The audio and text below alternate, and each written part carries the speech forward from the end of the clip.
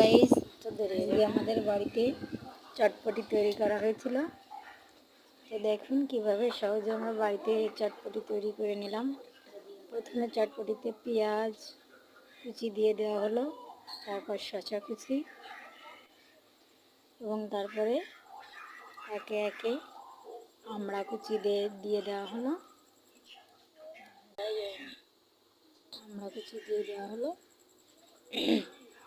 তারপরে কাঁচা লঙ্কা কুচি সেটিও দিয়ে দেওয়া হলো।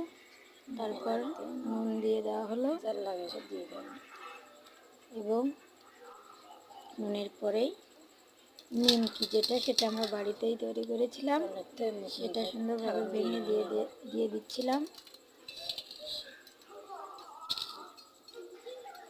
নিমকি দিয়ে দেওয়ার পরে ডিম গ্রেট করে দিচ্ছিলাম। ডিমটি আগেই সেদ্ধ করে রেখেছিলাম, তো একটি গ্রেটার দিয়ে ডিমটি গ্রেট করে দিচ্ছিলাম। ডিমটি ভালোভাবে গ্রেট করে দেওয়ার পরে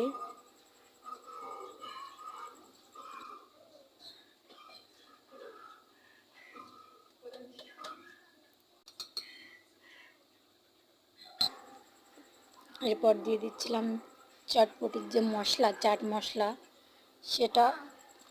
সেটাও আমরা বাড়িতেই বানিয়েছিলাম। এরপর দিয়ে দিচ্ছিলাম টেস্টি সল্টের কারণে চটপটিটার স্বাদ অন্যরকম হয়ে যায়। তো এরপর আমরা যে টক যে জলটা, তেঁতুল পানি, সেটা দিয়ে দিচ্ছিলাম।